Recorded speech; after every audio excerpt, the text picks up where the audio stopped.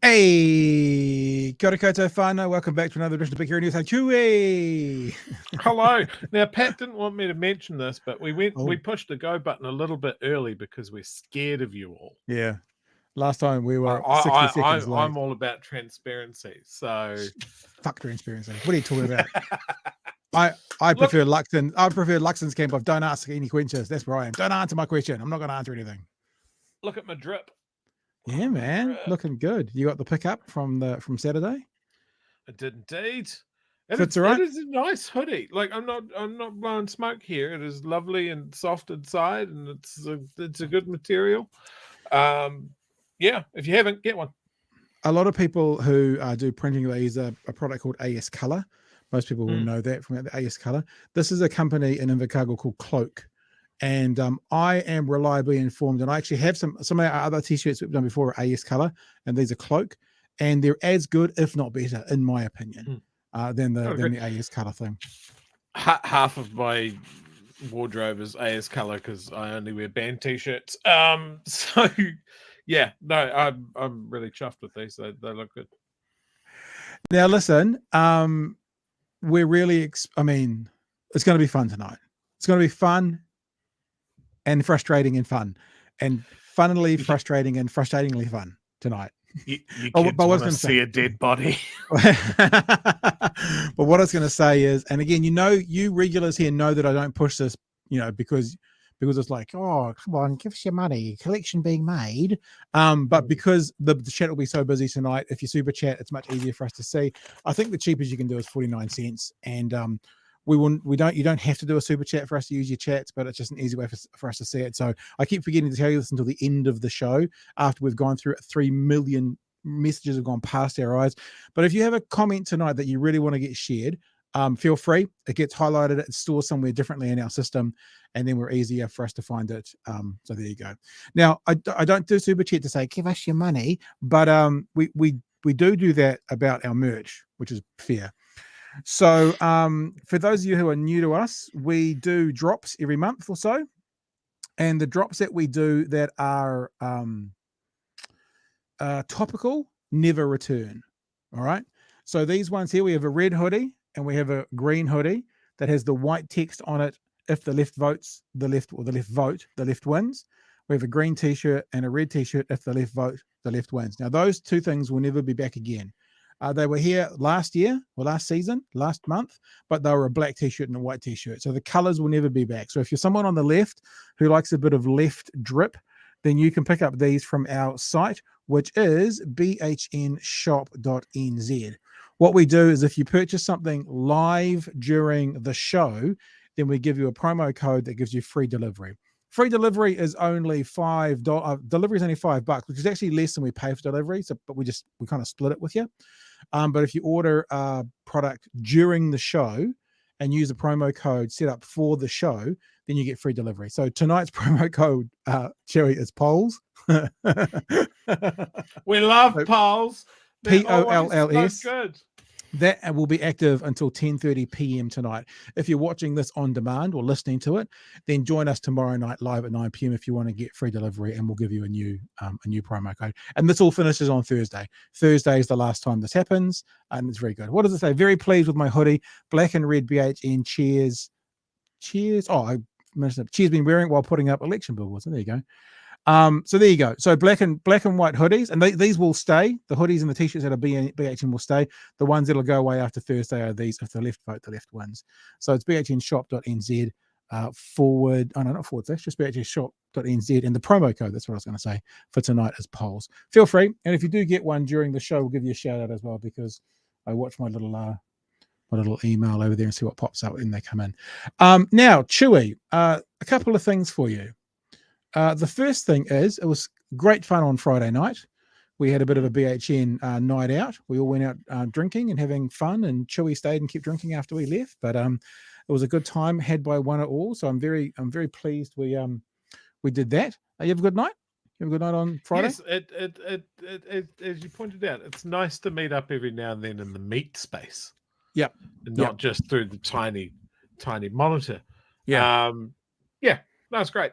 It's great. If you guys are here in Dunedin, Wolf is a wonderful bar, and love it, and it smells nice in there because they make the mulled wine, and they also have an excellent whiskey selection, of which I sample.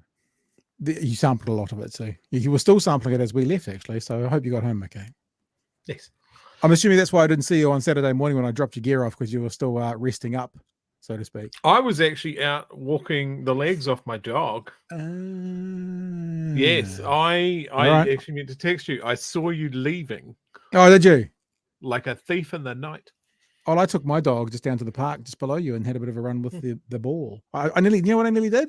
I nearly said I had a run with the BALL because my dog knows the word ball, but she's not in the room, so that's okay. Hey, the other thing which I started a few days ago for you guys to know is this, because I'm cool and hip with the kids, you see, Chewy. So I just started using my TikTok account. So I've got a TikTok account and I never really use it. It's full of Nala. Nala's my dog, for those of you who are new, full of Nala videos. But I started using it, thanks really to Spiderhoof, who may or may not be in the chat. Spiderhoof was very encouraging and said, you guys should do these because they're good. Actually started sending me some edits, which I should use, which I appreciate Spiderhoof a lot. And today I did my first live. This was a live because in the space of just a few days, I've gone from like 400 followers to like 1,100 followers in a few days. And once you hit 1,000 followers, you can do lives. And this is me in the studio. What we're going to talk a little bit about is, of course, if you're in New Zealand, you'll know the story. Winston Peters. So that's me doing a very enthralling from the fucking looks of it live this afternoon. But it was a bit of an experiment and a test. You got to do it while you're dancing, I thought. Yeah. And just to show you, so we've been starting to put up clips. So they kind of start here with Shemabiel saying it's bullshit all the way through. And in the space of about 5 days, we've had 100,000 views of the videos on TikTok. Holy crap. Tickety-tock. Tickety-tick-tock. Wow, tick-tock. okay. And you can see there's more coming up. So these are scheduled to come out tomorrow. And because... My understanding is the kids don't care about the politics. Well, look, that one there with Nicholas had 50,000. That one there with Nicholas had 35,000. You know, there's That's a 6,000 why they one. don't want to give the kids the vote. Yeah, Martima there was 6,000, and one with talking to Bomber about COVID with nearly 4,500. So yeah, if you don't follow me on TikTok yet, you can, because I'm going to be putting some clips up there. And the cool thing about TikTok is it's actually both frustrating and not frustrating. Is it's incredibly unobvious what date the video went up. You can be watching some videos on TikTok. Oh, that's cool. And you scroll across to where you've watched it from. And it's like from 3 months ago. But what that means is we've actually got a huge database of clips and videos that I've been putting on Twitter for the past 6 months that I might start bringing over slow. Not all old ones, but ones that are relevant. I'll put up ones from a few months ago, and because you get to see a TikTok from any time in the person's catalog, even if it is a few months old. So yeah, if you follow me on TikTok, that's great. If you don't follow me on TikTok, then do it.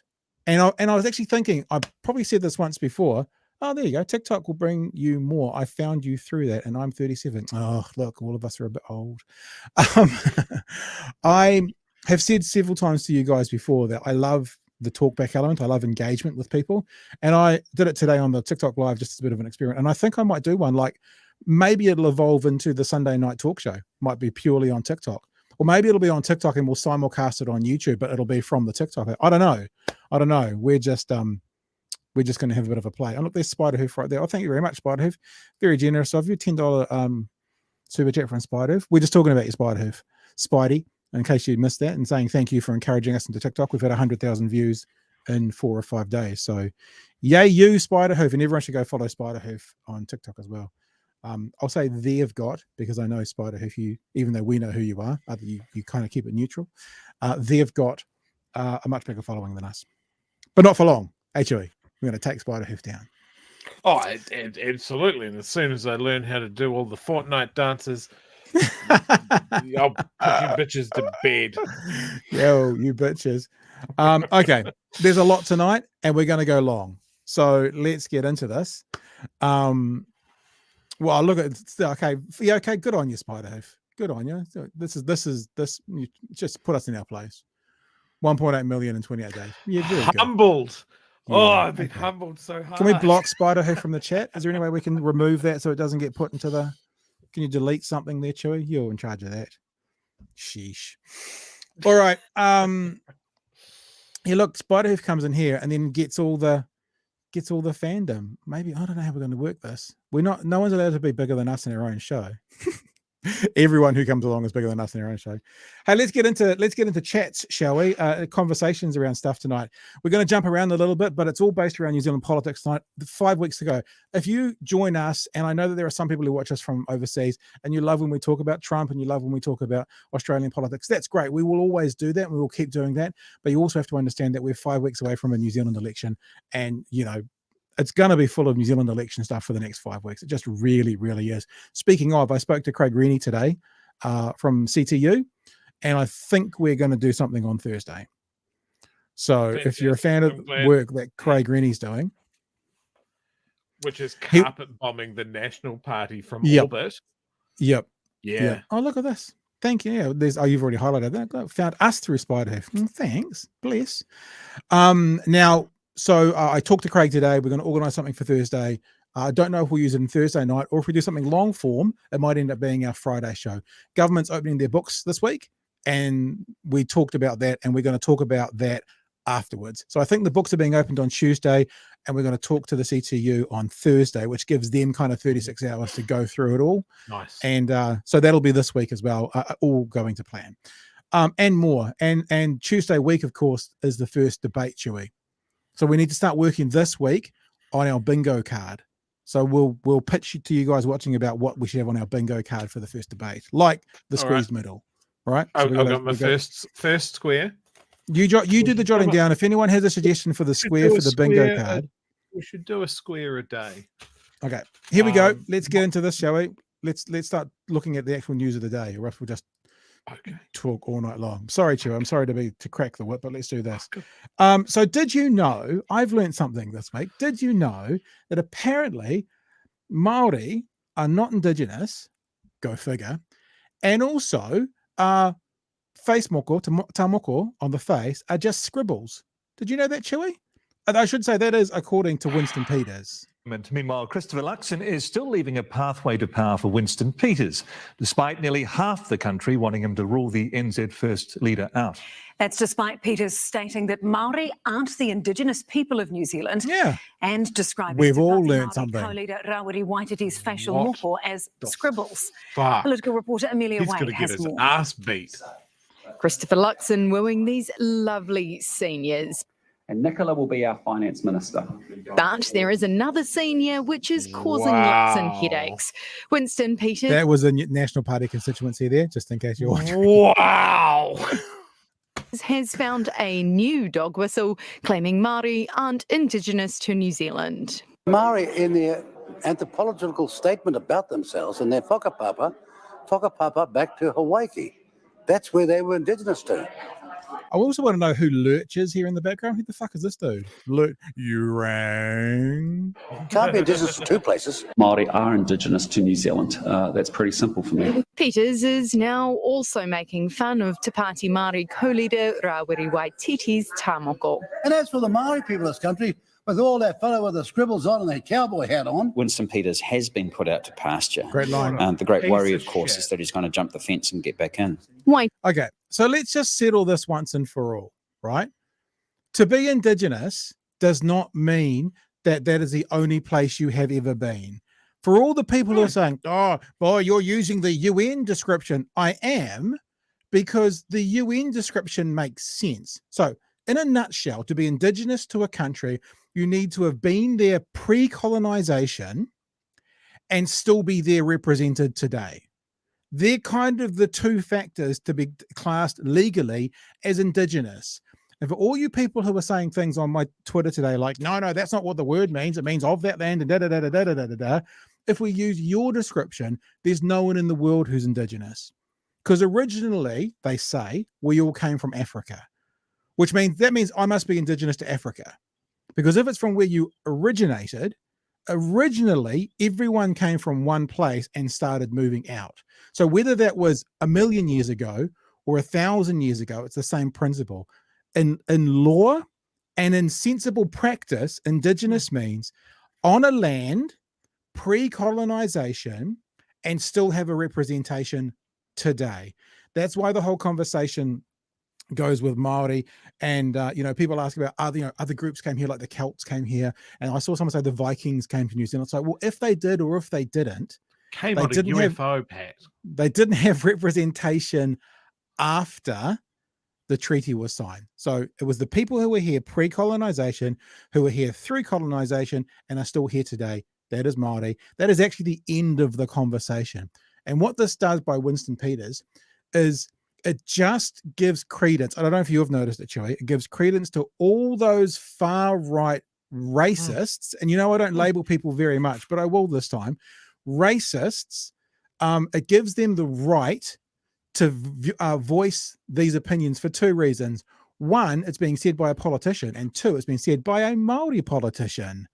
And so now they feel emboldened to bring out their disgusting racist views, and it does nothing but harm Māori. And I think harm everybody, actually, because it's the Māori identity is part of the New Zealand identity. So if you're a New Zealander, it's a part of your identity. It might not be part of your blood or part of your whakapapa, but it's a part of your identity if you are Māori. 100%. Yeah, look, Winston Peters is to politics what Billy T. James is to comedy, right? It's an excuse for racists to go off. And his whole position that Māori aren't indigenous, the whole reason that example exists means that they don't have any special rights. They arrived here just the same as us. So therefore we can start having that conversation. And it's just bullshit. It's like, this is why I prefer the term First People. It doesn't come down to some First Nation, like in USA, First Nations. Yeah, and it doesn't come down to some mysterious timestamp. Like Winston seems to be fine with Aboriginals being described as indigenous because they've been there for 50,000 years or something like that. But they would have come from somewhere else originally. Yeah, exactly. But like, it's this movable goalpost for Winston that Māori aren't indigenous. So draw your own conclusions. I'm just asking questions. Fucking bullshit. And as for saying Tā Moko is just face scribbles, he's an old man. Yeah. If someone pushes him, he's staying down. So I mean, I wouldn't be running my mouth like that. What an ignorant thing for someone of Māori descent to say. Yes, I agree, Famoko. Pardon me. I apologize. I do like what James Shaw said, and this has got 60 seconds, so we'll jump back into it, that he's been put out to pasture. Unfortunately, he may be able to jump himself back over that fucking fence. Waititi opted out of giving an interview because he didn't want to give Peters any energy. Luxon, though, has the energy to continue to resist ruling out giving Peters any power. So here's the next thing, right? Yeah. Will Winston Peters be in a government with National and ACT? Luxon is refusing to rule him out. Now, remember, before I play this, he's ruled out the Māori Party. So there are some political parties that he will choose to talk about before election night. But now he's trying to fob everyone else going, well, no, this is not a conversation for now. This is a conversation for election night. No. You don't get to play it both ways, Mr. Luxon. You're comfortable enough not to say that about the Māori Party because it played good to your base. And equally, you're not saying it about Winston because it plays good to your base and you might need him. So that dude, Winston Peters, might end up being the balance of power, which he's been before, and Luxon can't rule him out, even though he's trying to say we don't do that pre-election, even though he's done it pre-election to the Māori Party. Have a listen. I'm not getting into any post-election night. He could be your deputy prime minister. Of course not. What I'm saying to you is I am focused. I'm not getting to any post-election. No, hang on. But you have. Already have. You have already. So that means you're making a decision not to on Winston. That means Winston is a viable option for you, Mr. Luxon. As leader of the National Party on delivering for the Look New how much disgusted Chewy. He ran away. Disgusted him so much. Zealand people. A lot of those New Zealand people want him to. This is In our interesting. latest Check Newshub this out. research poll, we asked, should Luxon rule out forming a government with Peters? 43% said yes. Nearly 37% said no, don't do it. I don't personally think he should rule him out. Oh, Winston, yeah. Oh, yeah, he's a bit of a devil, really. I don't like him. I think he's equivalent to Donald Trump. In looking at his own base, national supporters, there was even stronger support to Interesting, rule Peters out. So amongst national voters are sending a signal more strongly than the general population that they want to rule him out. And that's because in the other stats, that includes all the cookers, all the anti-vaxxers are in the other one as well, who don't want to rule him out. But if it's purely national voters, then they want him ruled out. Like, you can only say basically a third say don't rule him out. The rest are either yes or don't know, or neither. It's a really interesting stat, that. 46% said yes and 37% said no. Does that change your mind? Again, he's not in Parliament, not above the thresholds, and hasn't been a thought for me. Hasn't been a thought for him. Oh. It's funny, eh? Hasn't been a thought for me, where other parties have. Right, your thoughts? Anything around that, Chewy? You want to start chuck anything out there? Do you know what I was thinking the other day? Funnily enough, I don't. As a teenager, this is a brag for me, I'll be honest. As a teenager, I won Letter to the Editor prize, writing to the Timaru Herald. Thank you. I'm so proud of you. I was a very verbose, politically motivated, and well-spoken teen. The letter I was writing was how Winston Peters is a shadow of an old New Zealand that we don't need to hark back to anymore. And here I am now at 43, and I feel like I could write that letter again.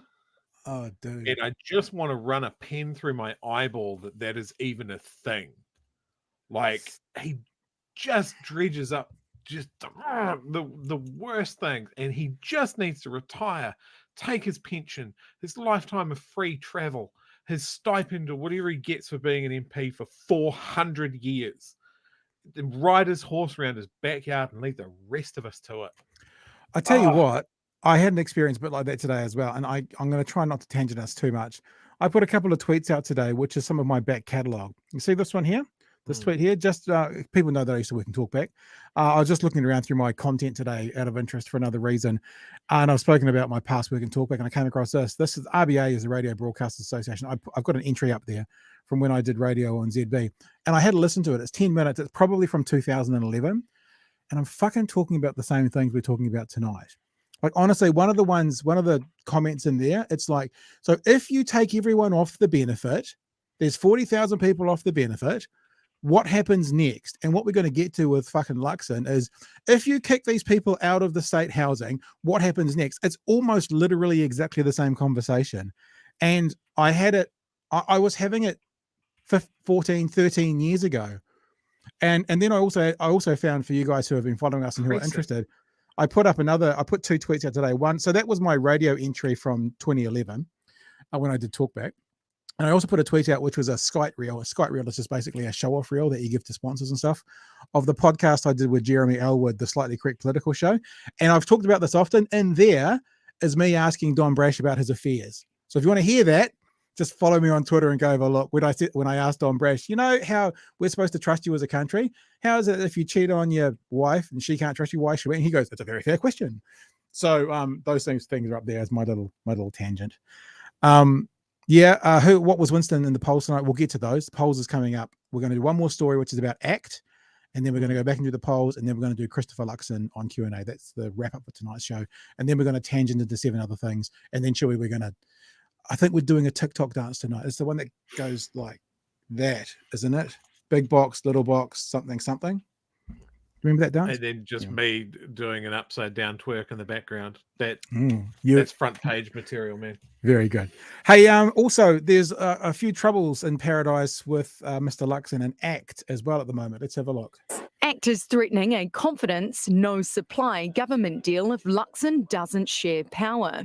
I wouldn't call it a threat. It's just keeping the options open. That would mean National has to come begging for support for every single policy.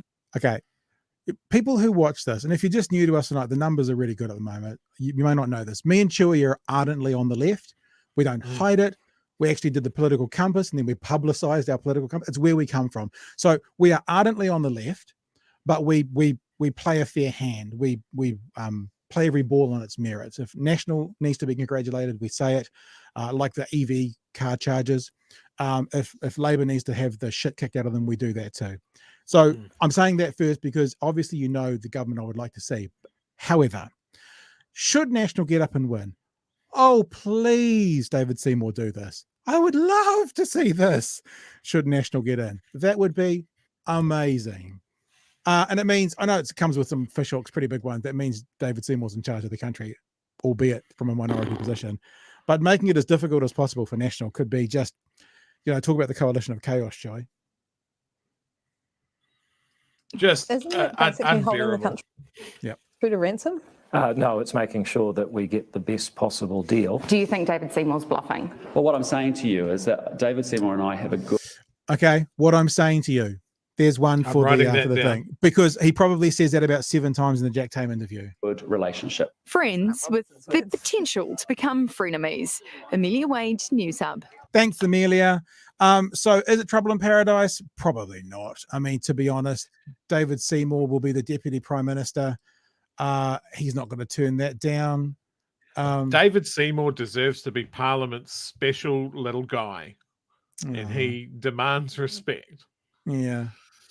And he'll finally be able to get that H tattoo taken off his forehead. Finally. I mean, it's hideous. I think it'll be a drama. But look, credit where it's due. It's smart politics. Yeah. Yep. It's basically what we keep saying. Like in America, if you follow American politics, I love it. When we look at the progressive left and the Democrats, they never use their power like a decade ago the Tea Party did on the right. The Tea Party basically held up Republican politics until they got what they wanted. The progressives came in under Joe Biden and did nothing to force their hand to drag them further to the left. What the Greens could do, should they have balance of power, which is, I know, statistically unlikely, and what ACT can do if they have balance of power, is they can absolutely make some things happen in their ideological world, because if you don't go with them, you're fucked. So that's what we'll see what happens. Can I say as well, a huge thanks to Nicholas Sanders from Wellington, who's just bought himself a BHN t-shirt. Appreciate that a lot. Well done, sir. Look like this. It does, but that's the hoodie. Comfy, eh? This is the hoodie. That's very comfy. I'm warm. I'm almost toasty. Like, they're actually really warm. It's almost like everyone should get one. Okay, let's get to the good bad news story of the day, depending on where you sit politically. Let's have a look at the latest poll from Newshub. Labor has collapsed to the terrifying 20s, 26.8%. Oh, you gotta love though. You gotta love the language. You gotta love it. Catastrophic 5.5-point fall. On the other side, National sound the celebration siren 40.9, up 4.3. The Greens are gathering steam, 12.3, up 2.7, while ACT's conga line of conspiracy candidates quitting have knocked it down. That is a good line. Yes. It's such a good line. So here's something that we've seen in the past 3 or 4 polls, and that's the Greens being at number 3, clearly above ACT. I think it was only 1 point. Last week we looked at 2 polls. There was a Talbot Mills poll and there's another one. They both came out on the Thursday night. And Labour's Greens were number 3. Both ends. That sounds like when you're vomiting, like when you've got real bad stomach flu. You go at both ends. Yep. That's what's happening in the Labour camp at the moment. See, if you come and join us, we give you the analogies you'll understand, that you can really grasp onto and make you throw up at the back of your mouth a little bit. Everybody poops. Everybody can understand this. Is that a song by REM? Everybody poops. Man, we're highbrow. Okay, so there's the numbers in a nutshell. Labour losing 5.5 points. Greens up 2.5. So there's 3.3 on the left missing from somewhere. Margin error is 3.1. So basically you can add 1.5 up and 1.5 down to most of these. So that means Nationals in the 39s at their lowest. Greens are at 14 at their highest. Labour's at 28 at their highest. So according to this poll, it's looking pretty happy for the right at the moment. 10.1 down 2. New Zealand First is still flirting with the 5% threshold, 4.6, so close to a comeback. Te Pāti Māori, 3.1%, the others nowhere near what is needed. Count the seats and the right wash becomes clearer. The race is won. I reckon she's had a class on alliteration and rhyming slang. It's just all, good. Yeah, the right wash is a pretty good one too. At 61, Nationals 53 and Axe 13 gets them there with some to spare, 66 seats, while Red and Green are looking lean. Labour's 34 and the Greens 16.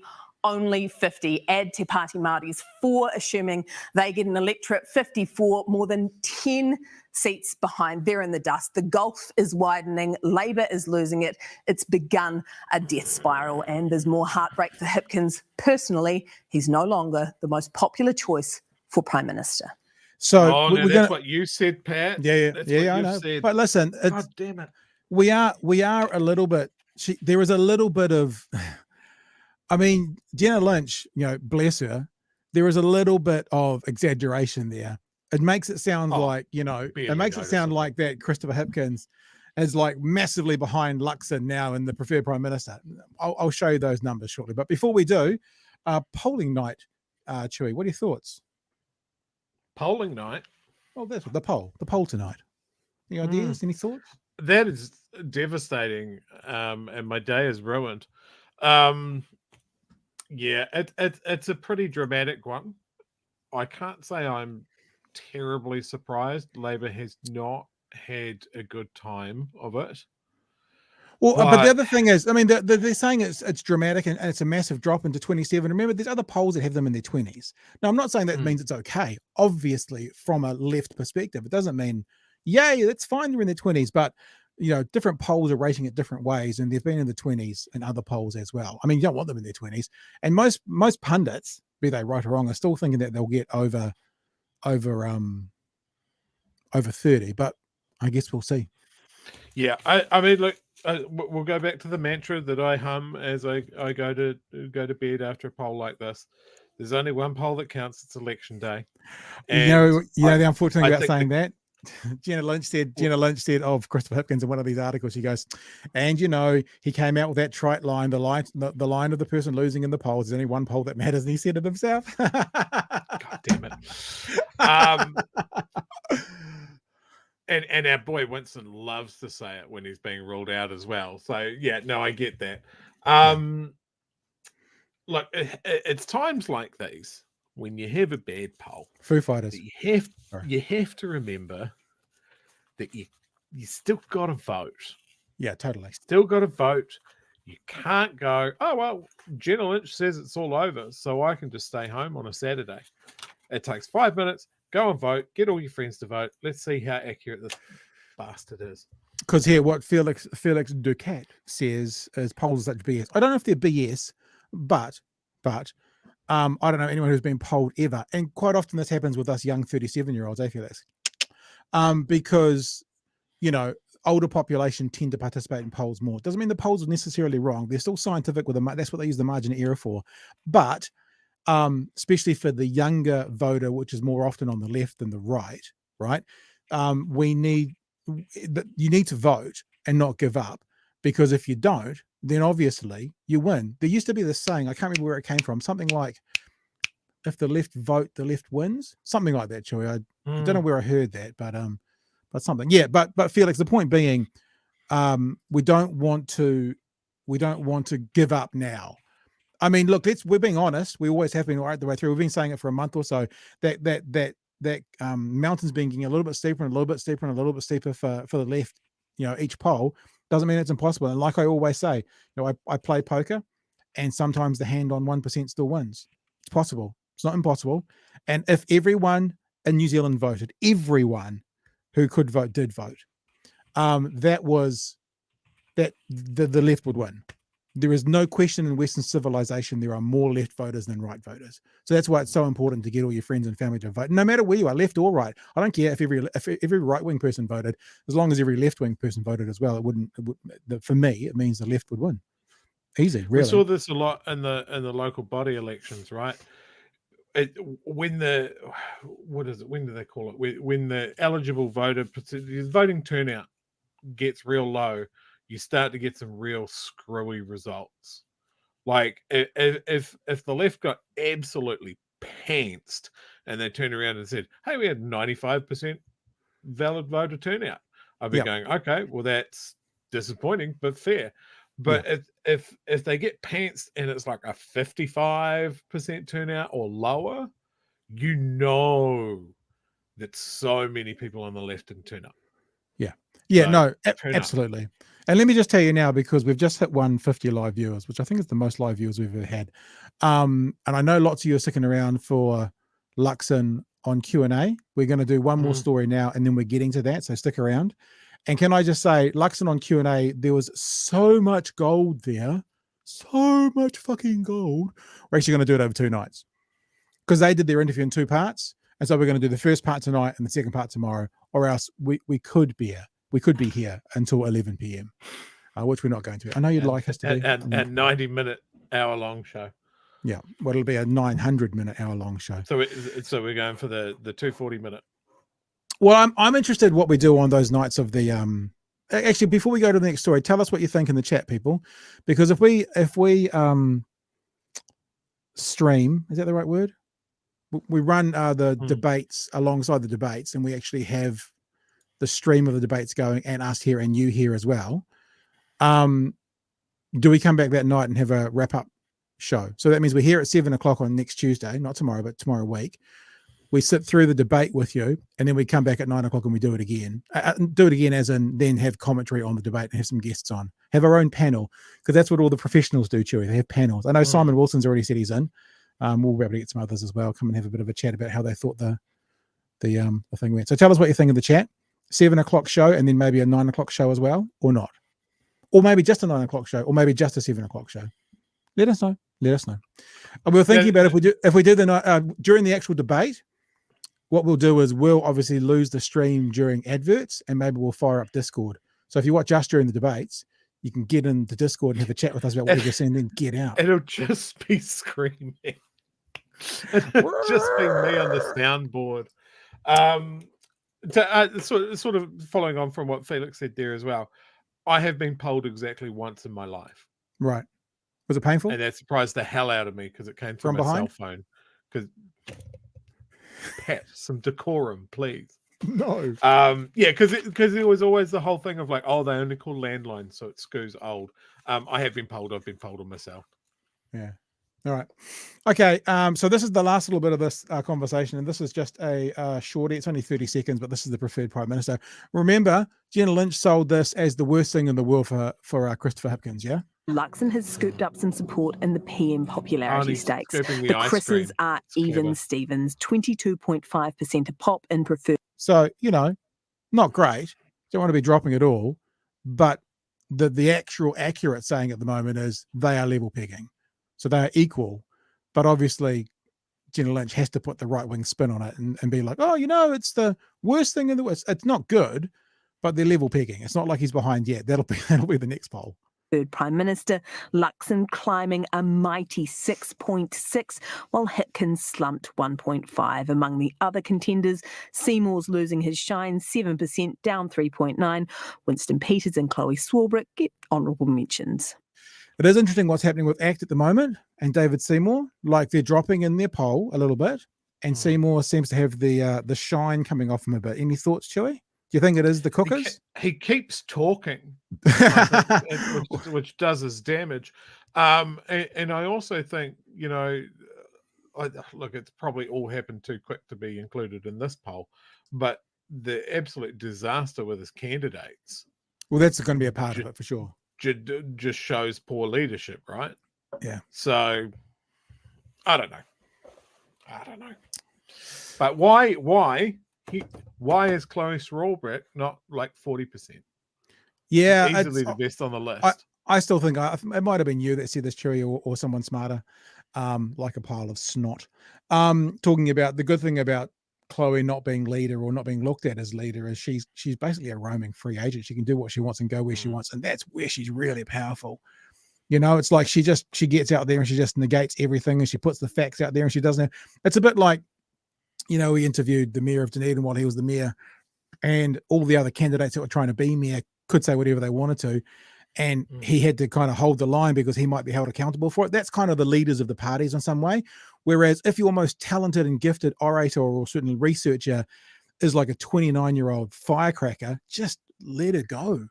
Don't hamper her with that leadership stuff. And I that might sound a bit patronizing, but I reckon there's some truth in that. It's just like let Chloe be Chloe. There you go. There's a t-shirt. Let Chloe be Chloe. That might be the next one, eh? Yeah, I like the only downside is that she doesn't get the interview time. Well, you know, but she'll turn up on some, but like I'd really like to see her in a leadership style interview or in a debate setting. Be interesting to see because TVNZ is having that debate with the leaders debates, then they're having an all party debate. I wonder if they'll be putting on not leaders for that, and I wonder if they take her off the bench, put her in. Maybe it's I can't use the sporting analogy to you, can I? And before we move on, just a reminder, if you want to get involved and support what we do, very easy to do. We've actually got a Patreon as well, patreon.com/Big Hairy News. Maybe this weekend we'll do a meetup as well, a virtual meetup. But you can also get on bhnshop.nz. We've got, oh, look at that. This is where I've heard that saying before. If the left vote, the left wins. I didn't realize that's where it was from, Chewy. And BHN merch there as well. And for you new people who are joining us tonight, the OB on the back of the hoodies and t-shirts stands for Original Beardy. It's our little play on OG, and it's a limited edition that will only be sold in 2023, so that when we're bigger than God, can't say that, Beatles said that, then they broke up. When we're bigger than Beelzebub, I don't know, whatever, this will only be on 2023 products, and you'll be able to know and show that you're a part of us since day one. Well, it's not day one, but that's what we mean. So bhnshop.nz, and if you get something while we're live on air, that means for about the next 30 or 40 minutes, or actually up until 10:30 tonight, and use the promo code POLLS, POLLS, then you get free delivery. Super simple, super easy. Thank you for supporting us. Right. Need to get my notes out for this, Joey. Hang on. Oh, there we go. Big book of thoughts. This dream journal. So there's two parts of this conversation with Mr. Luxon on Q&A. And the first part, they were talking about values.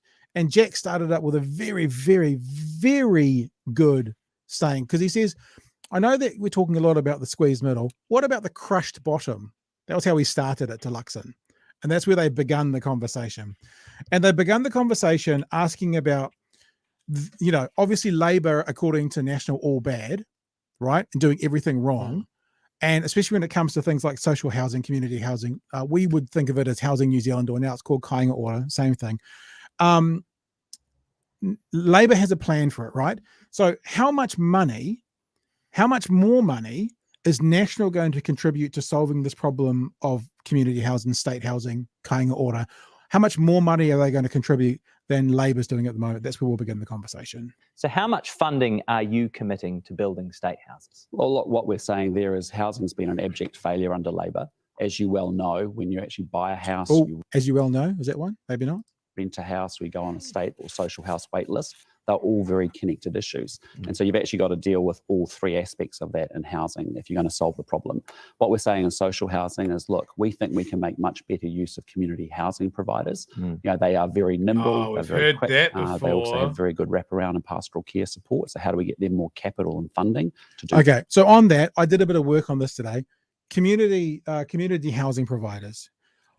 We hear that a lot. What does it mean? Now, what it means, and I did some research on it today, and actually spoke to some people today who might come on tomorrow night and talk about it. What it means is groups like Salvation Army, like the Monte Cecilia House, like Habitat for Humanity. Local councils do it. There's a provider in the Dunedin City Council. There's a website that tells you who all the partners are that do this kind of thing. And basically, they have houses that they rent out as a charitable cause. So this is the government tapping into charities to say, do our job for us. Now, let me say this. I've had a lot to do with the evangelical church. There are some on the right who don't believe government should get involved in charity at all. They believe that churches and the community should look after each other. I'm not suggesting that's exactly what Luxon is saying. I don't know. But he does talk about community housing providers a lot and getting them more capital. A lot of them are faith or church-based organizations. And he wants them to work, I'm not saying he's going to cancel Kainga Ora, but he's basically saying these groups do it better than Kainga Ora, and we want to get them more money because they do a better job than what fucking Labour's Kainga Ora does, because Labour's Kainga Ora is shit house. Yes, Chewie. I have a question, Pat. If these groups are overwhelmingly faith-based organisations, and not to say that tar them all with the same brush, they're not all. No, they're not all. No. But yes. Let's say that I am a young gay or trans person that's been kicked out in the street by my family. I'm underage. I need somewhere to live. I've gone cap in hand to an organisation and says, can I go up? And they go, no, your lifestyle is abhorrent to us and you should die in a ditch. Is this a problem? I have to say, and I think most of us would agree, I don't know if you don't have to agree with me, some do, some don't. Salvation Army are a gem to society. They do amazing things. Okay, you're going to disagree, that's fine. I don't, but I don't know the answer to your question. I would hope that they would not, but I don't know if they have that criteria. If we get them on tomorrow night, as I said, I actually spoke to the Southeast today, we can ask them that question. Because if there was a faith-based organization that said, actually your lesbian family with 2 kids doesn't fit in with our religious beliefs, we're not going to help you, then that's terrible. And that group should not be getting government money, because that would be discrimination based on sexual orientation. And look, when I say Salvation Army is great, I'm talking about how they look after the poor and the fundraising they do and that kind of stuff as well. I'm not saying I'm not giving them a perfect historically they haven't had great track record with the queer community, so that's exactly the example that I'm talking about. But yeah, it's a cop-out. It's a cop-out. He wants to sell these homes. He wants to move them on from something else. It's what National did before. They tried to offload all of their state housing in whatever condition they were to organizations like the Salvation Army. As that was their policy. And because they're in such shit condition, Salvation Army said, no, thank you. And then National went, okay, see, we tried. Now we're going to sell them on the open market. Yeah. That's what happened last time. Yep. Okay, let me also, I'm not saying I'm retracting, because I actually believe the Sallies do a lot of good things, but there are a lot of people in there saying they've had experiences with the Sallies, especially in the LGBT community, and say they're shithouse at that. I accept that. I guess when I hear I'm speaking about them doing good work, I'm thinking about their Christmas appeals, and they're looking after children and they're looking after the poor. So let's just say that they do some good work, and they've got some questionable things that I don't know about. I think that's fair, and I hope that they're learning from it. But yeah, but it'll be a good question to ask tomorrow. Let's get back to this question about community housing providers. More building. The second piece is, how do we actually make sure we get people out of houses, out of motels and out of cars that have often been there for more than 3 months or 12 weeks, and actually make them priority one and move them to the top of the wait list. I need us to remember this as well, because this is going to come back in the next clip I play, right? That they have a priority of getting people out of houses, out of motels and out of cars. Just earmark that for the next part of the conversation. And the third bit is, we've got to do a review of Kainga Ora, because there's a number of things going because they're shit house there. And so we want them to be able to evict unruly tenants that are causing major problems. We want them to be able to go through their procurement and asset management exercises when the Ministry of Housing and Urban Development says there's some challenges there. So we need to make sure that they're functioning in a much better way as well. So to my question, how much new funding are you committing to? Well, we're committing to what the government's funded. Beyond what the government's funded? No, because they've limited their funding for a couple of years. So we're on the same track. There's plenty of money there. There's $5 billion. But beyond what the government has committed, what are you committing? Well, what we're committing to is exactly the same track as what the government has committed. So you're going to build more state houses than the government, but with the same lot of money? We're going to make sure we actually deliver houses through Kainga Ora. They're doing as much as they can do, but importantly also community housing. So how many homes are you going to build? We think we'll add about 6,000 homes. We actually over what period? Hope to have about 80,000 social housing in place by over 4 years. Over so 6,000 over 4 years. 6,000 extra new houses. To 80,000 social houses available here in New Zealand. So just be same track as the government. Right, your target is to same build budget, same number of houses. The same number. So basically, Labor is crap and can't do it, but we'll do it using all the same budgetary constraints and everything around it, but they can't, but we will. And that comes up through this conversation again and again and again. How? Oh, just trust us. I mean, he doesn't use those words, but again and again and again. Number of houses. So actually, no difference when it comes to the state housing. Well, providing. No, but the way we'll have more houses will actually be the fact we're going to build more houses in the private market. Yep. We're going to restore the private functioning of that rental market, so we actually get more landlords putting more rental properties available, and we'll continue to maintain the government's track on social housing. The mix by which we do that. No, but for social housing, just to be totally clear, for social housing, you're going to build the same number of houses as the government. You're going to put no extra funding into it, but you are going to increase. Well, funding's not the problem here, right? Of housing. There is plenty of funding there. The question is the delivery. Right. And so we want better delivery out of KO. We want to be able to give capital and funding into community housing providers who are doing an exceptionally good job. But not committing any additional funding, just to be clear. No, we don't need to. We don't need. All right. Point number one, don't need to. And yes, look, someone's in the chat has also mentioned Rawiri's conversation. We don't have time to do all of them. I watched the start of that, and I have to say equally, Jack's questioning of Rawiri was similar, and he didn't seem to have all the answers to the points that they were making. I think if we have time, maybe tomorrow we will include that in the conversation as well. I'm not saying it's not important, but I am saying it's less important for a minority party who would not be government. And I'm not saying in government should left get there, but this is the potential next prime minister. So there is a heavier weight to make sure that we let people know about the next prime minister than a minor party who may or may not be there in a government. But yes, Chewie, you're going to say? Luxon knows that COVID exists, right? And that's kind of been a big thing. Like, and all of these statements, I've never seen any acknowledgement of the challenges of COVID. Of course they don't, because that's a reason what's happening. They can't just go Labor bad. Why haven't Labor built all of these houses in a global pandemic? Why has Labor absolutely trashed the tourism industry for no apparent reason? It just all circles back to the same thing. Has he got more? Do I need to hold my anger? Yeah, you probably do. But I have to tell you, Chewie, holding. We're coming up to a part of the conversation that makes me very, very, very, very, very angry. In fact, I was sitting in a hall on Sunday night thinking about this part of the conversation, getting angrier and angrier and angrier. And many of you will not understand why I'm angry, because it has a lot to do with my religious upbringing. So for people who are new to us, I've had a big involvement with the church, and I grew up in the Catholic Church and stuff. So I know a lot about the faith, the Christian faith, right? And he says something in here 3 or 4 times, and it made my blood boil. It really, really did. And I'll point it out when it's happening. You may not understand it, but trust me, if you're someone who's been involved in the church world, which I have in the past, you might get it. But it's a good tease, isn't it, to see what's coming up? You're all intrigued now, aren't you? So one part of this conversation with Jack that he just had, he was talking about unruly tenants and getting rid of unruly tenants. Oh, yeah. And this part of the conversation where he's talking about getting rid of unruly tenants. Now, I just talked before about how I put some talk back up today that I did 11 years ago, and the then National Party was talking about cutting people's benefits. And the question I asked my audience then was, so that's cool. And it was about 40,000, the number of 40. And I was like, so when those 40,000 people have their benefits cut, then what? Do you think that's going to, for example, drive crime numbers down or up? What happens next?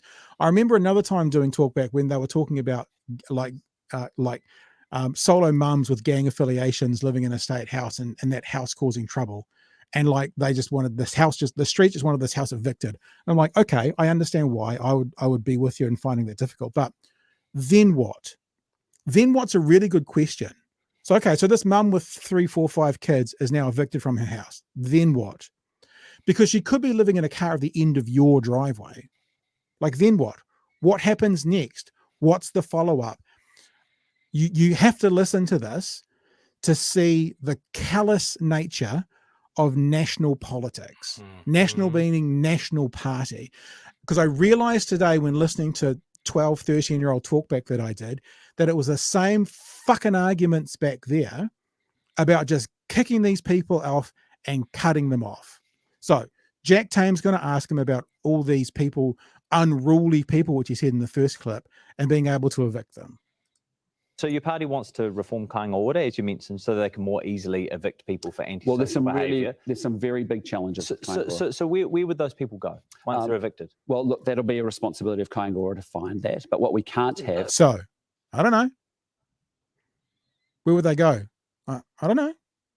Not there, somewhere else? No, here's the deal. No. Let me tell you where they're going to go. No, okay, please explain where they're going to go. If they're subject to antisocial here's the behaviour, problem, right? where do they go? In the last 14 months, there's been 10,000 complaints of unruly behaviour and also antisocial behaviour in Kainga Ora properties, right? There's only been 2 evictions of tenants. Where should they go? If you're going to evict more tenants, I understand the problem, but I want to understand your solution. Where do they go? Yes, let me just tell you. So the reality is that there is now 24,000 people on the State House wait list. There were 6,000 when this government came to power. There are 20,000. You're not answering my question. No, you're actually not answering my question. No, okay, so you can please answer it now. Yeah. Where do those tenants that you have evicted from Kainga Ora homes go? That will be up for KO to move those tenants out of those properties and find accommodation for them. This is where I said, but listen, this is where I said, remember the cars and motels. So they have a focus 5 minutes ago in this conversation where he says getting people out of cars and motels. Now they're evicting people from Kainga Ora, from Housing New Zealand houses. I mean, could you possibly think where they might end up being? Maybe in fucking cars and motels. So you'll take them out from here and chuck them back in there. Hello? Are you thinking about this? Now, I haven't even got to the part which made me most mad, Chewy, but I'm already heated. Let's keep going. So you're just going to be, just to be clear, you're going to be moving the problem to someone else. I'm going to be prioritising those that want a state house, that deserve a state house, that can't get one, over those that are not disrespecting a state house. But you're just... Okay, so I'll come back to why, and it's the word deserve a state house. Those that deserve a state house. And it's not the first time he says it. Keep listening. You are moving the deck chairs, right? You're saying, okay, you can't stay in this Kainga Ora house. We're going to go and dump you somewhere else where presumably the antisocial behaviour continues. Well, but the antisocial behaviour cannot carry on in a Kainga Ora complex, Jack. It's just not fair, right? It's not fair. No. I mean, it sounds good, right? When you say, oh, we're going to kick people out of their homes for being if they're subject to antisocial behaviour. Yeah, that's great. Yeah. But where do they go? It's not like they just disappear. No, what I'm interested in is I'm interested in the 24,000 people that are on a social housing wait list that actually deserve a home, that want their shot at a home. Let's be clear about the deal here. The taxpayer is actually paying for those state houses. So if people aren't prepared to take the right of having access to one and have accompany that with the responsibility of looking after it and looking after their neighbourhoods, we want them out of there and we'll put others in there that deserve it. Relative to incomes. Deserve it. So bear with me. All right, because I'm going to struggle to get through this and keep my cool. 2 things. The people who he's classifying as antisocial, they are possibly the most or more vulnerable people of society than many others. The reason they're antisocial is through a lifetime of hardship. You don't get fucking children of doctors from Remuera or Māori Hill here in Dunedin who end up in social housing being disruptive, being unruly, being antisocial. You get children who have had the worst, hardest upbringing, who have addiction, who have mental health issues. They turn into antisocial adults. And this national government is saying, fuck you guys, you are out of here. Where are you going to go? How are we going to wrap around these people? No. That's part 1. Part 2, this idea of deserving households.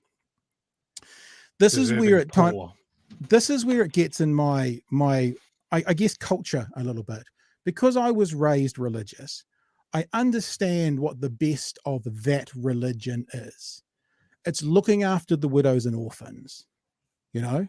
It's giving someone the shirt off your back if they need it.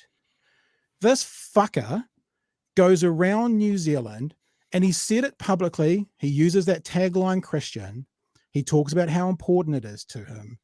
This is where I will get to a bit that many of you may not understand, because it's a theological conversation, right? It's a deep thinking religious conversation. The religion that he follows, he doesn't deserve.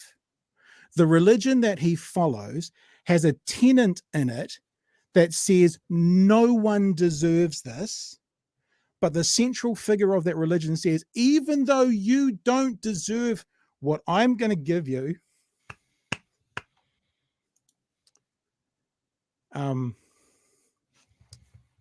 he gives it anyway. That's the central message of that religion. And then this fucker who represents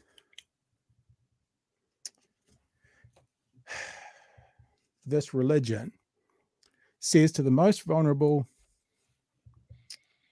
fuck you, you don't deserve a roof over your head. And I, Chewy, am furious.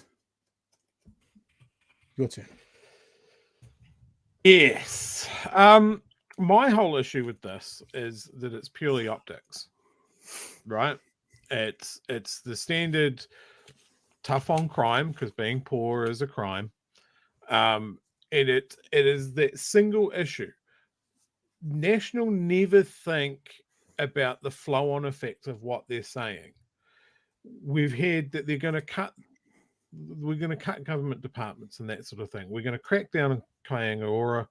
We're going to crack down on a whole bunch of government departments. They're just not going to be able to do as much as they're able to do now, right? We're going to kick people out of their homes. We're probably going to absolutely slash mental health, and we're going to move these people off into the weeds. If they're in a government-provided home, then you have a lot more control. You have a lot more contact. Like they've been trialing accommodation with wraparound social housing care, pastoral care, exactly what he's talking about. And they're not seeing the bigger picture of what is the best thing that we can do to break the cycle of poverty and crime. As you break the cycle, you get to the kids. So not to the people who need it most of all. Punish mum for making bad choices because she was raised wrong and her contact with gangs. So that's where the kids came from, and now she's unemployable. And so we're just dooming these kids to the same thing. We're just because what he's literally saying, and this is the callous nature of national party politics, right-wing politics, is big. Yes, okay, they cause trouble, no question. You know, I've been a landlord, and it's super hard to live next to that. Completely, like you can acknowledge both things, but they're also the people who are possibly needing the most help. And his response is, we have to set up a system that puts them on the street. How will that help? I don't know. It's Kainga Ora's problem, but Kainga Ora sucks at their job is what he's saying. But it's their problem. But they suck at their job. But it's their problem. What are you going to do? Well, it's their problem. And this comes back to this conversation we had last week with, sorry, I'm shaking, man. Comes back to that conversation we had with Simon Wilson last week. For people who are part of that faith, right, it's really important that they have an outworking of their faith. You need to be able to see it in them. So that either means one of two things. Either his religion is all shit, which it may well be. Lots of American politics in the right claim this title and aren't, right? So it either means his religion is all shit, his faith, his beliefs are all shit, or it means his politics are all shit. Because if he does adhere to that, then he's not living by this innate part of him, which is supposed to be the most important part. And if he doesn't believe it, then stop grabbing onto the label. It just makes me furious. Just be a good person. Be a good person, Christopher Luxon. Just be a good person. Yeah. No, I think you're exactly right, Pat. He needs to be called on this. He won't talk to us, though, will he? Wonder why. No, of course not. Just a sneaky wee side issue that I think dovetails. Please tangent me away, Chewy. Quite nicely. Sorry, I'm just grabbing it because it just popped into my mind as we're talking about. Because the only way you can solve this, right, is by punishing people. Well, that's it. They have it. There's two ways to do this: carrot or stick. You kick them out in the street. Yeah, they just kick them out in the street until they. So when they're on the street in the cold with their kids, nobody knows where they are. Yeah. Then they've got the time to have a big old think, and a big old. They'll just brush up their CV and they'll get their shit back together. Just because we've put them in the naughty step of no house. Right? There's a couple of countries that have been trying this and finding out that it doesn't work. And now we're starting to see countries that are going to try something else. So this happened over in Canada. They did a trial where they gave homeless people $7,500. No conditions, no requirements. Just here's $7,500 to see if that helps your situation. Wow. They found, and I'll put the link to this up in the chat so you can read it through yourself. They found that they got a better return on that money than a lot of their other government programs. These people used that money effectively to get off the street because there is very few people that want to be on the street. Finland tried a similar sort of thing, a universal basic income. And there was no requirements to do anything, to register for something. It was just like, you've been selected for this trial, see how you go. Similar thing.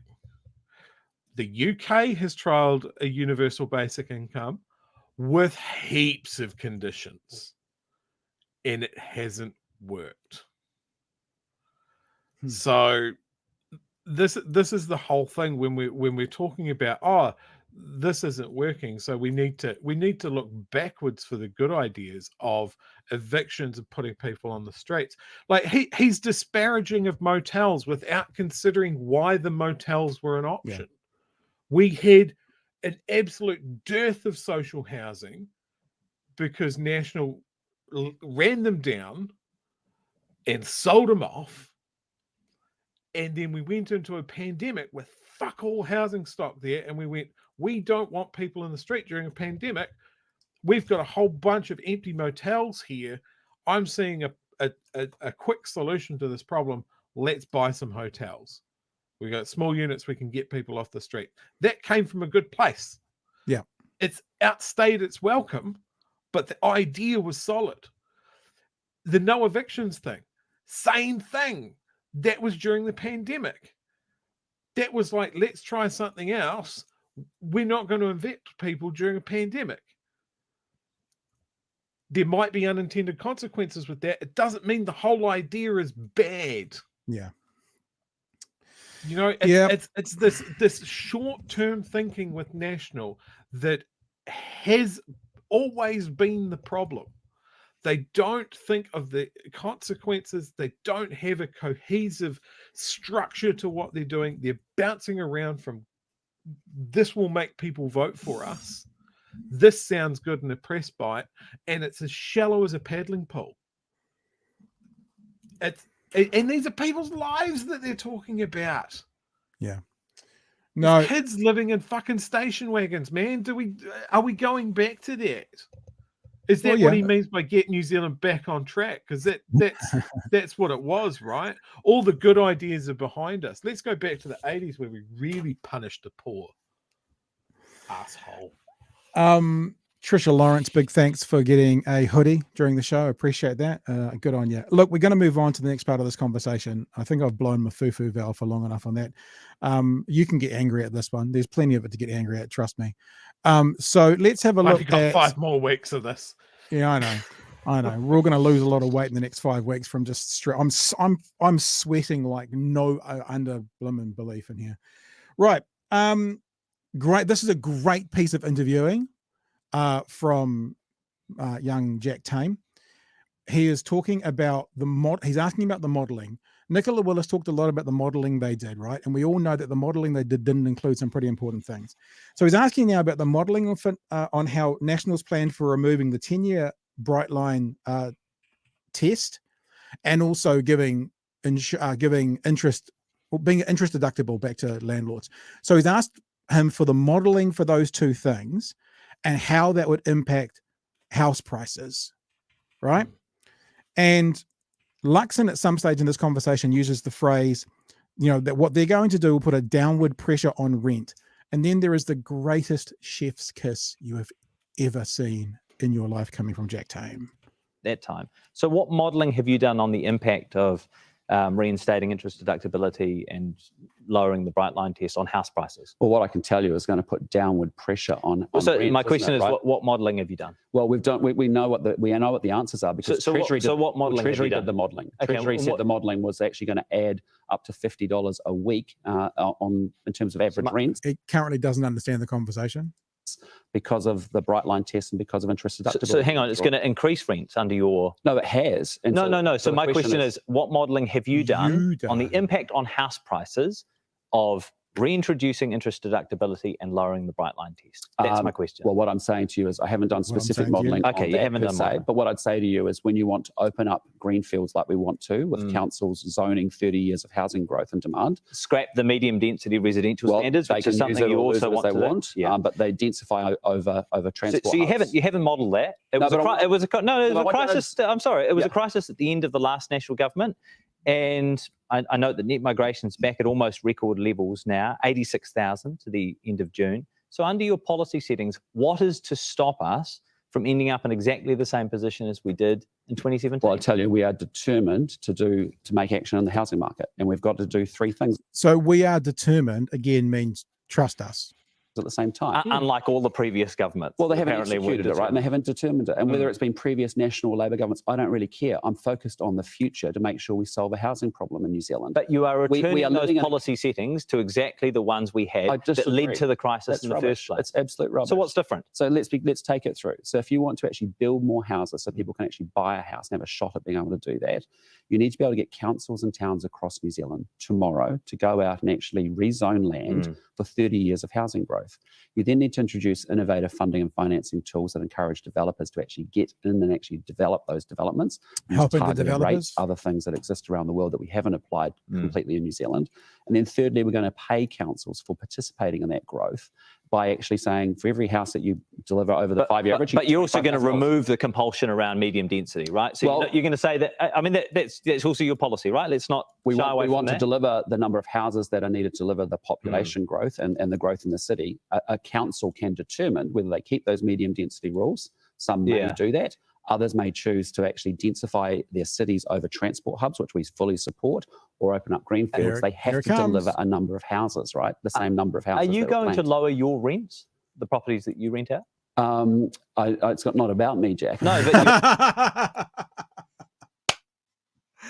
So, my lovely people, Chewy's having trouble with his internet right now. My lovely people, there is a plan for downward pressure on rent. There is a plan by National for making the rental properties cheaper. So the question, I don't know if you missed that question, Chewy, because you're having a few issues. The question that Jack Tame asks is, are you going to lower... I don't know if you can hear me, but I can't hear you, so I'm going to be back in a wee sec. Are you going to lower the rent on your properties? So he is asking him the question. Luxon says our policies are going to have downward pressure on rent, i.e. they're going to bring rents down. So, Mr. Luxon, are you going to reduce your hubs, rent? Fully support. Is what he asks. Greenfields, they have to deliver a number of houses, right? The same number of houses. Are you going to lower your rents, the properties that you rent out? It's not about me, Jack. No, but you've said that your settings are going to lead to lower rents. You talk about my properties every time. No, that's a simple question. Yeah, I know. Well, it's pretty simple. Reasonable, isn't it? I mean, you've got multiple investment properties. So will you be lowering your rent? What I'll be saying to you is that we are going to put downward pressure on rents by actually unwinding the bright line test from 10 to 2 years. So they're going to put downward pressure on rents, i.e. rents will go down. Mr. Luxon, are you going to lower your rents? Any landlord in New Zealand, are you going to lower your rents? Right. And unwinding interest deductibility and changing some of the tenancy laws. Okay.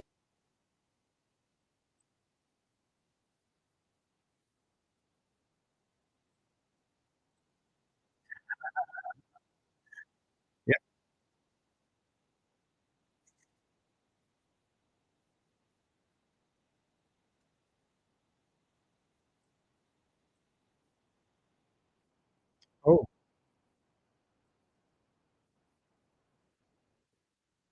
Okay, so something has happened. Can you hear me, people? Someone says there's no sound coming through. Please confirm you can hear me, and then I will continue on. Oh, something has happened to the internet then. No sound, no sound, no sound. You can hear me? I see a yep. If you can confirm that with me, that you can hear me, people can hear you. Okay, but you can't hear the video. Okay, if I remove it and put it, no, nothing's changed on this end. Obviously something happened with Chewy that might have affected the video. Let's just check this one more time, and let me double check it for you again. And if we can't hear it, we're getting towards the end of the podcast anyway. We might wrap it up, but if we can, we'll keep going. I'm just going to play a little bit here. See if you can hear it playing behind me. An absolute failure. You've got to work on all three components of housing. I'm glad you can still hear me. You are reinstating the incentives that led to the problem in the first place. Can you hear the video at all? What does it say about your values? That in the middle of a cost of living crisis, you're funding cuts. Okay, the video is now working. I apologise about that, team. I don't know quite what happened there. Chew, are you back as well? Yeah, I seem to be. I think that was a spooky combination of my computer throwing a wobbly over too many tabs open, and then you having some issues there as well. I didn't touch anything. Obviously, something when you dropped out, the live stream went, "Hello, let's fuck up for a bit," which is fine. When we make it, we'll just cut it in and cut it out, which is good. And now we're back on. And now we're back and operating. So let's just pick up on the video and keep going. It's got about a minute or so to go. It's by actually unwinding the bright line test from 10 to 2 years, and unwinding interest deductibility and changing some of the tenancy laws. Okay, so will you be lowering your rent? That is advice that the government put in place to this government. Treasury put into. So again, you're not answering my question. So you say there's going to be downward pressure on rent. So will you be lowering your rent? It's not about me, Jack. I don't know. I haven't thought that through, and I'm not thinking. You know what, mate? I mean, why would you not think it through? I mean, you've obviously thought through everything that leads to downward pressure. No, just let's zoom out a little bit. We have a housing problem in New Zealand. We have talked about this for years.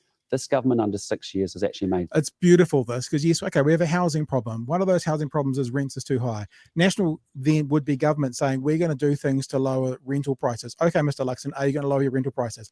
It's completely a brilliant question and absolutely reasonable to ask. And of course, there is no answer. Things worse, and it's been an absolute failure. You've got to work on all three components of housing. And so one is you are reinstating the incentives that led to the problem in the first place. No, so what does it say about your values? Mate, I disagree that in the middle of a cost of living crisis, you're funding cuts. Why don't we have that chat? Because you just made a statement there that we're reinstating something that's causing a problem that we've had in the past. I'm saying you're reinstating incentives for landlords. And bright line test and interest deductibility, the official advice from the Treasury and from the IRD to this government was do not do this. Why? Because it's adding cost to landlords that will lead to higher rents and therefore less properties. But I'm saying, but that doesn't address my question around incentives for landlords, though. That's an incentive for landlords. We need. We need doesn't mean that removing them. I have been in emergency accommodation where people lost a house that they had a private landlord arrangement. The rents went up $50 a week, and they find themselves now in a motel accommodation. So this is quite serious stuff. No, I agree. We can be flippant about it, or we can actually try and solve it. And what we're saying is we've got to solve the home ownership piece. We have to solve the how. Yeah, you're telling what has to be solved, but haven't told us how yet. Show us your workings, Mr. Luxon. Would be to actually build what we call build to rent products. They've just started to emerge in New Zealand. We want to turbocharge that. And then on the social housing piece, we need KO doing its job with greater effectiveness. Kicking people out, not telling us where they're going to be. No, because it's not acceptable, frankly, to be able to take a state house. Well, the good news is that once they're kicked out, the problem just disappears. I want to talk about values. We've got to keep moving. We've got to keep moving. All the respect you can't have 10,000 people actually, 10,000 complaints, and only 2 If you could tell me, I've given you so many opportunities to tell me where they go. That's the problem, right? Like, if you could snap their fingers and make the problem go away. Properties, they need to be evicted. So it's still going to be a problem for the community, though, for the people who live around. But actually, for the people that are on the wait list who desperately want a house, they get their shot at getting one. Climate. So you've hit it. There you go. That's it. I know where those people end up. We've talked about it here on the show. Yeah. So they can't be in Kainga Ora homes, right? Because they're not deserving, right? So they go somewhere else. So where would they go? Would they be delivered directly to the hands of the least ethical, most predatory slumlords in the country? Yeah. Would that be where we're delivering them? Would that be like you've seen in the news down here, the old Carisbrook Hotel that got turned into emergency housing?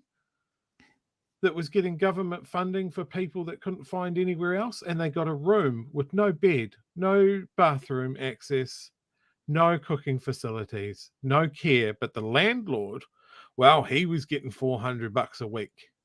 Yeah, from people.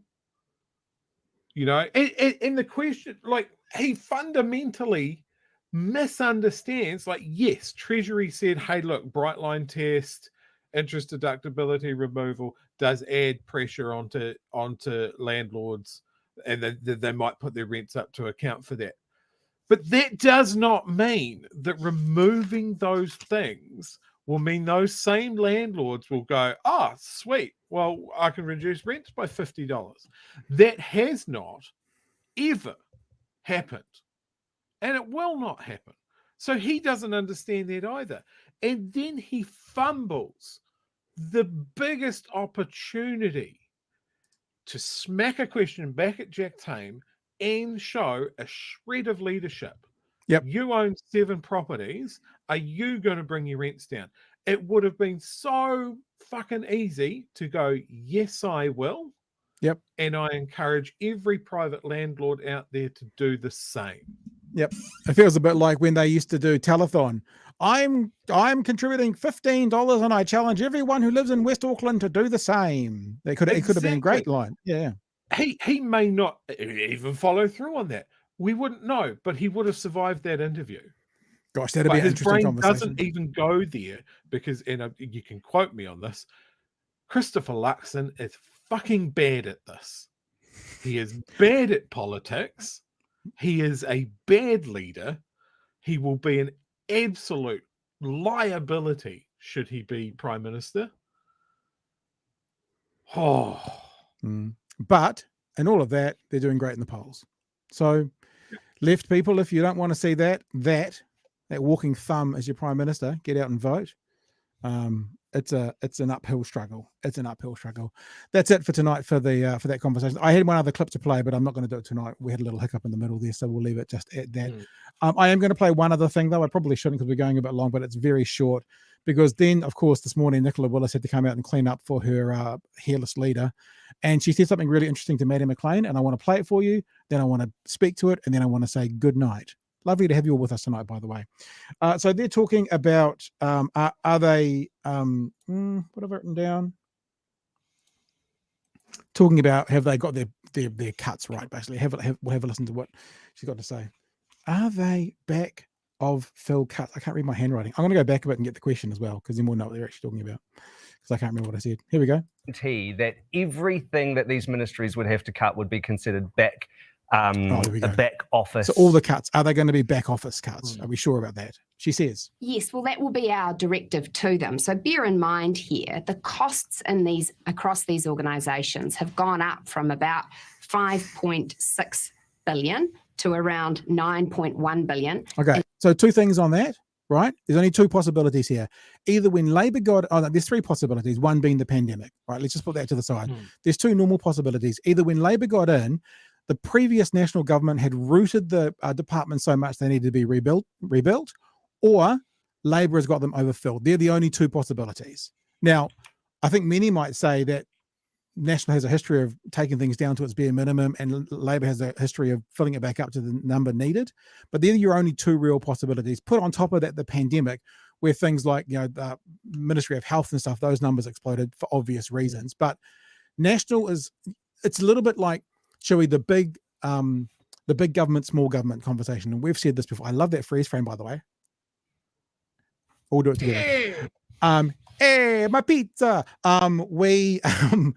The big government, small government is a complete lie. The right will say small government is better. The left never says big government is better, but let's just say it for argument's sake. The right argues for small government. The left argues for well-funded government. The truth is neither of those conversations should be had. What we should be looking for is good government. Small government's not better. Better government is better. In the instance of these departments growing, if they've grown because they were underserved last time and they're now bigger but better, That's actually what we want. If they've gotten bigger than they need to be and there is waste there, sure, they can be cut back a bit. But it's not about being bigger or smaller. It's about being better. The national government talking about national government, the would-be national government talking about cuts and the cuts they're going to make is completely the smaller government is better conversation. It's what you hear from ACT and it's what you hear from the right in general. And it's horse shit. Smaller government is not better. Better government is better. That's the first part. We'll let her keep talking, then I'll give you my second part. Wait, one sec. And just that freeze frame. That freeze frame. Oh, well, there's the pizza. But the freeze frame was the same thing when she has to get her coffee from a minimum wage worker and her hand accidentally touches by the cup. That's the face she does. Carry on. All right. 6 years. So that's a 60% increase, and we're saying let's bring that back 6.5%. Now, if you talk to any small business owner across the country, talk to any household about what they've been doing. I won't even pause it. Sorry to educate you on this. You're not running a business or a household. You're running a government. Should face that same constraint. Government department is not about profit, which business is. Government department is not about household budgets. Which households are. This is not the same. They're not, the parallels aren't the same. Business is about making profit. Yeah, this is about providing service at a loss to the public. That's innately what government does. Being very careful. I mean, some of the examples here are pretty extraordinary. The Ministry for the Environment, it's more than tripled the amount that it's spending. And that's on things like policy advice and information advice. Well, on things we like, think they should have a look at what they can trim back. Similarly, the Ministry for... that was the other thing I wanted to say, right? What she said is we should have a look at what they can trim back. I'll play it again. Similarly, the Ministry for Pacific that it's spending. And that's on things like policy advice and information advice. This is the national government. We think they should have a look at what they can trim back. We'll leave it there. We think they should have a look at what they trim back. So here's my question, and this should have been asked by Maddie McLean, right? She's saying, if we're the government, we're going to tell these departments they should have a look at what they trim back. What happens, Nicola, if the department comes back and go, yeah, we can't trim back anything? Then what? Then what? Because she's just said, we say that they should have a look and see what they can trim back. Okay, so MBIE comes up to you and says, we can't trim anything back. Then what? That's what I want to know, Chewy. Yep. Yeah, and look, that's the plan. They don't expect answers. They expect to come in with a scythe and put a whole bunch of people on the consultant path, and we end up paying the same money for worse work.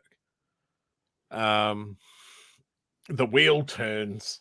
It's all so hilarious, so hilariously predictable when you have someone going, get New Zealand back on track with our old ideas from the past that failed before, but we've still got them printed in the cupboard. Yeah. So whenever we don't have an idea, we pull a random piece of paper out of the cupboard, and that's policy now. And we wrote it down on a napkin at the backbencher, and that's why we can't answer any deep questions, because we're all 3 rounds deep. Well, not even that. As I said, not to, if you want to, go and follow me on Twitter, but right here on Twitter, I put it up 9 hours ago. I've got a 13-year-old radio skite that I put up. And in that, under a national government, I'm talking about all the same things that we're talking about right now. So it's not even that they wrote it down in the backbencher and they talked about it today. It's like, this has not changed.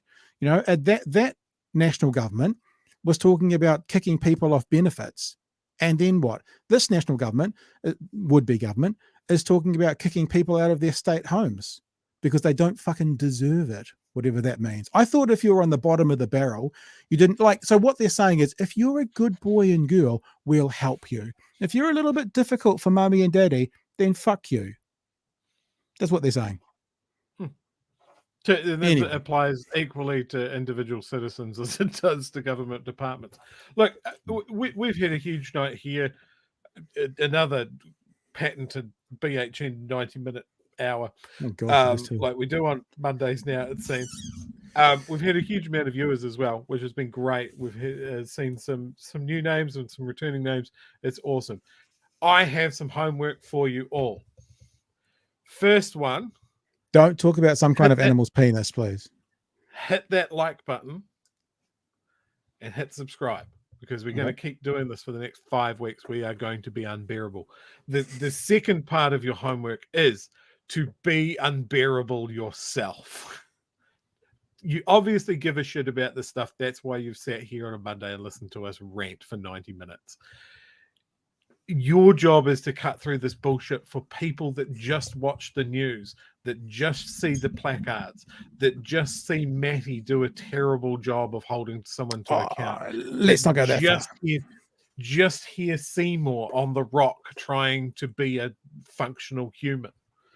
For the people that aren't engaged, you are their experts. So become unbearable for the next 5 weeks. Encourage as many people to vote. And I'm not telling you who to vote for. I'm just telling you to vote. Be that person. But you do want to tell them who to vote for, don't you? You do actually want. I fucking do, because I come very high on the authoritarian square. Okay, but that'll increase over the next 5 weeks. I'm starting it soft and reasonable now. But that's the job. That's your job. Shall we soft sell? This show that you've just heard or seen is also available as a daily audio podcast on Apple Podcasts, Google Podcasts, and Spotify. Search #BHN to find us, or just Big Hairy News. And if you're someone who's caught up with us tonight for the first time and you like what you hear, go and subscribe. When you subscribe, especially on Apple, rate and review us would be useful, because if we do show up in the charts, which we do in the news commentary charts, then it helps us. It kind of helps us with guests. We can say we're the #1 independent news commentary show in New Zealand. That's that PR spin again. And also for people who asked in the chat, yes, we do have a Patreon. If you're not about buying a $90 hoodie, visit patreon.com/Big Hairy News if you want to be a part of the team permanently. And we'll probably do a meetup this Saturday morning, actually, if you're interested. But that's us for tonight. We're done. It's been I told you it would be weird, and it would be fun, and it would be frustratingly fun, and that is what it is. So there you go. Podcasts. Get me some mentions, even. Oh, thanks, Felix. We appreciate you being with us. And look, we appreciate everyone who joined us tonight. I can only imagine we've got the TikTok flow on. Welcome, TikTokers. This is called YouTube TikTokers. I know you 17-year-olds may have never experienced this old people medium of YouTube before. Or you might have seen Mr. Beast. I'm just taking the piss. I love Mr. Beast. I am subscribed, and I rung that bell, which you should do as well. Okay, guys. We'll catch you tomorrow night. So for you newbies, 4 times a week, Monday to Thursday, 9 p.m., wherever you're watching us, we're right here. So we'll catch you tomorrow night from 9 p.m. live for another edition of Big Hairy News. Hooroo. Cheers, Van.